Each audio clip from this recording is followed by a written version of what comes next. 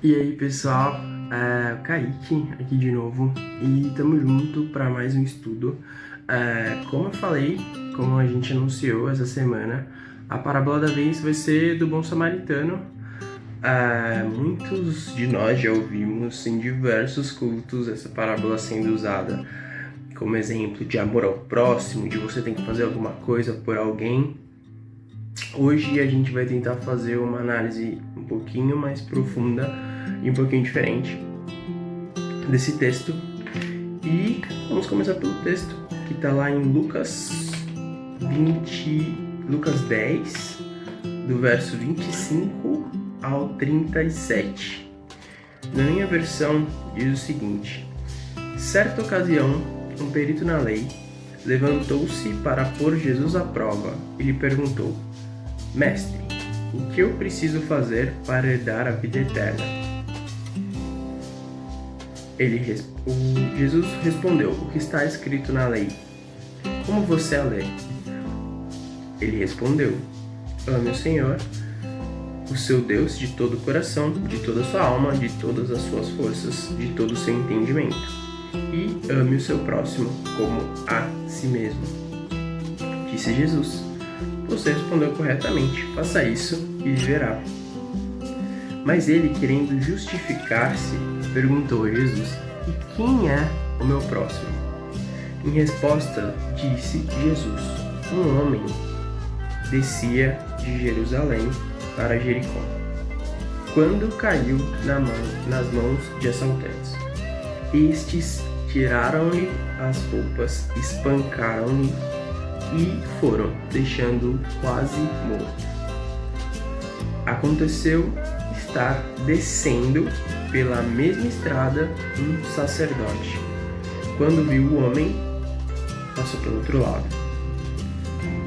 E assim também o levita, quando chegou ao lugar e o viu, passou pelo outro lado. Mas um samaritano, estando de viagem, chegou onde se encontrava o homem e, quando o viu, teve piedade dele.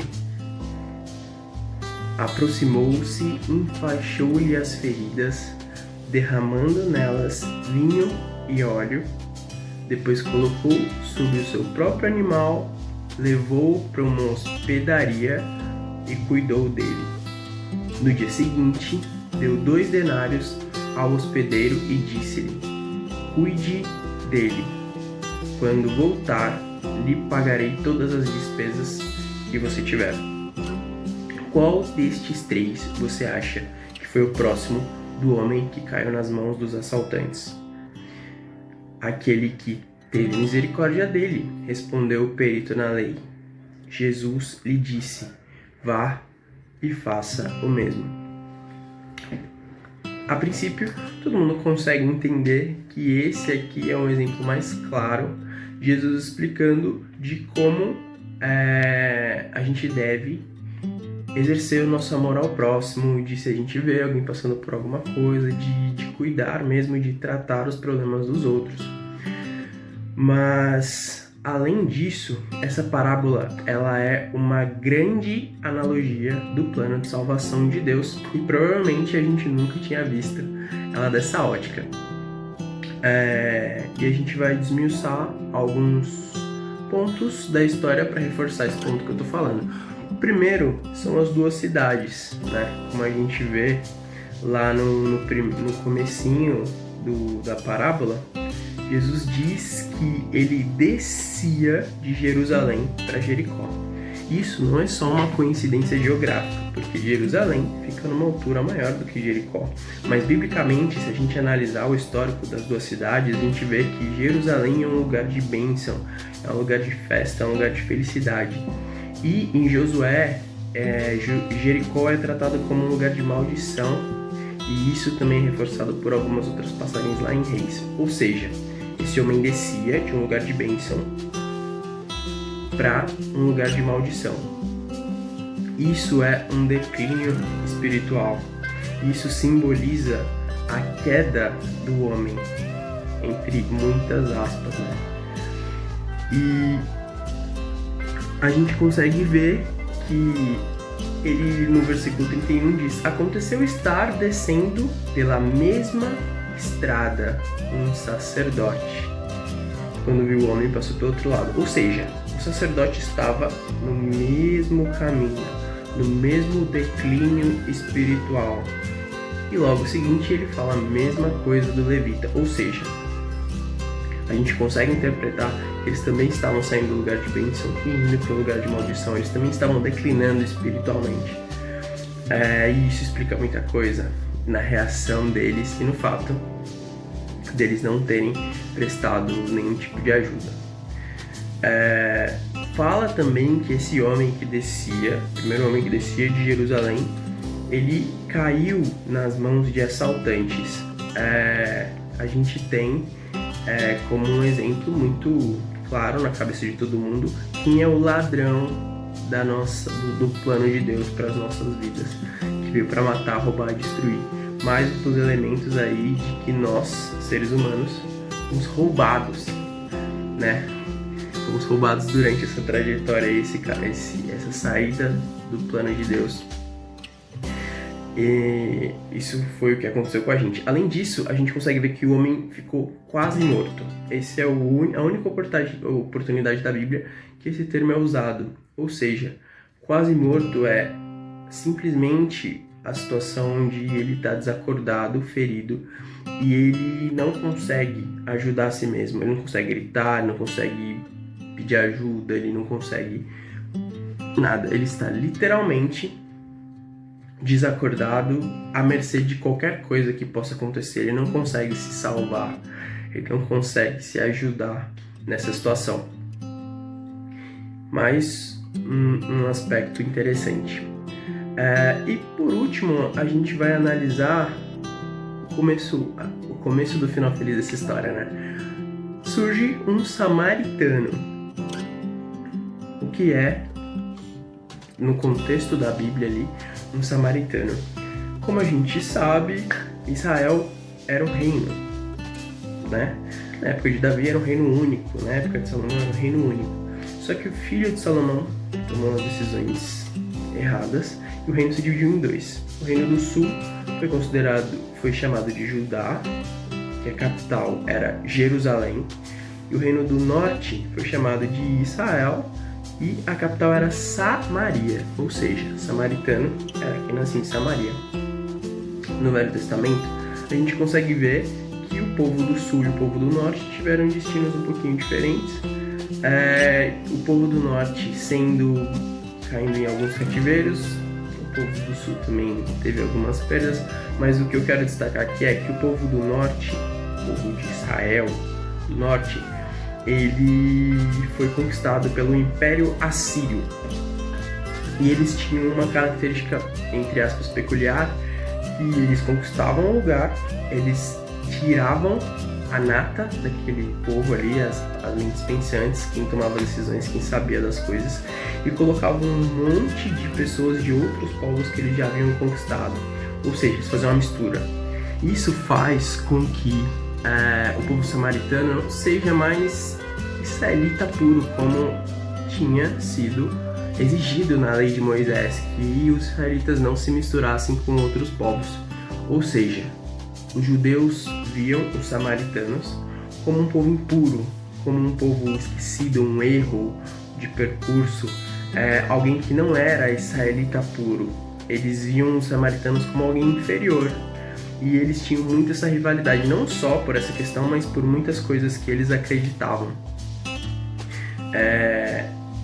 Isso faz, nos nossos dias, por exemplo, seria como se um fosse o Brasil e o outro fosse a Argentina.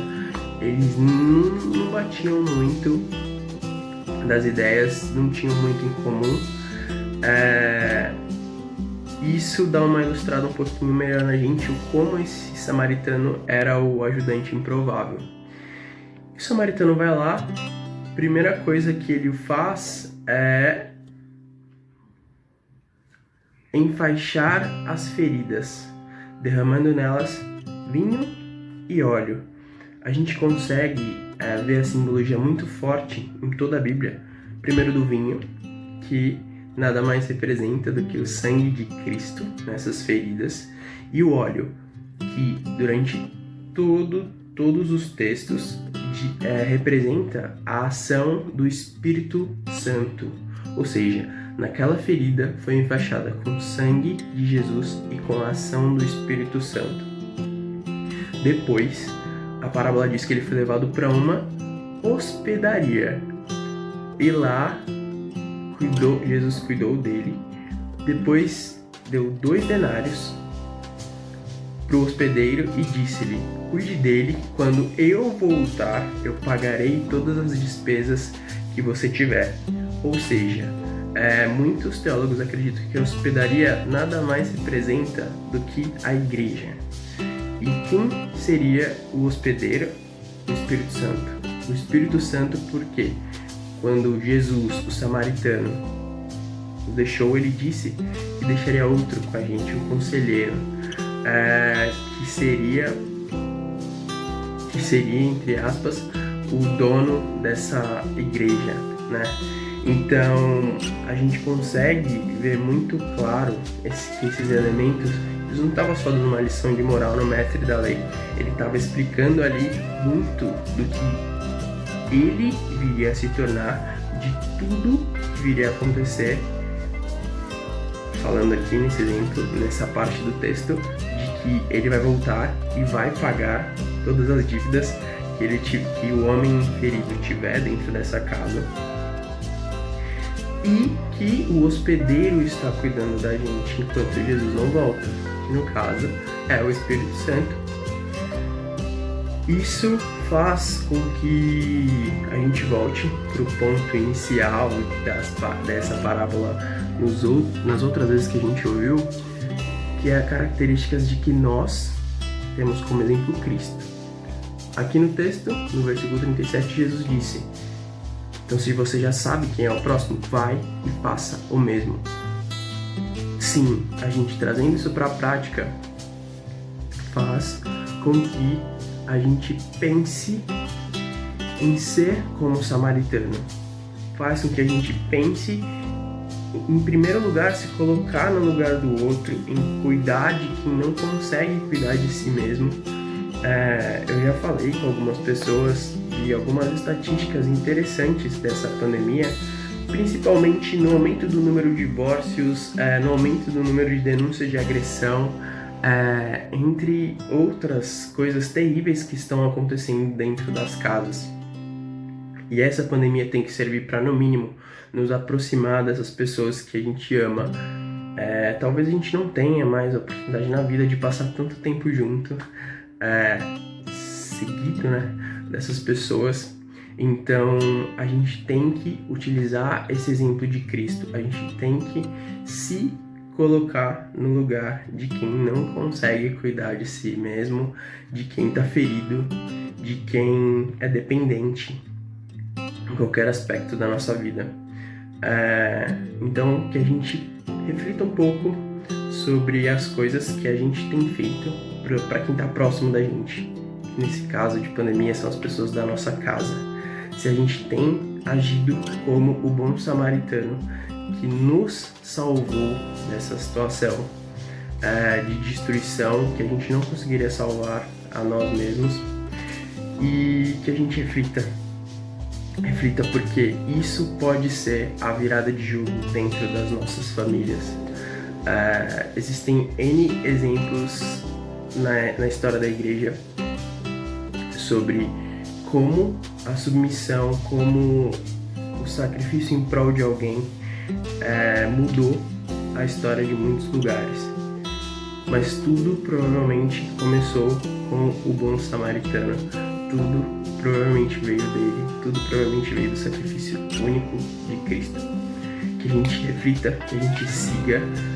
E amanhã a gente vai bater mais um papo sobre essa história toda. A gente vai refletir muito se a gente tem sido mais sacerdote, se a gente tem sido mais levita, se a gente tem sido mais caído no caminho, quando a gente realmente se viu como caído no caminho, e como a gente pode pensar para ser um pouquinho mais samaritano, beleza? Então, te vejo lá, até mais.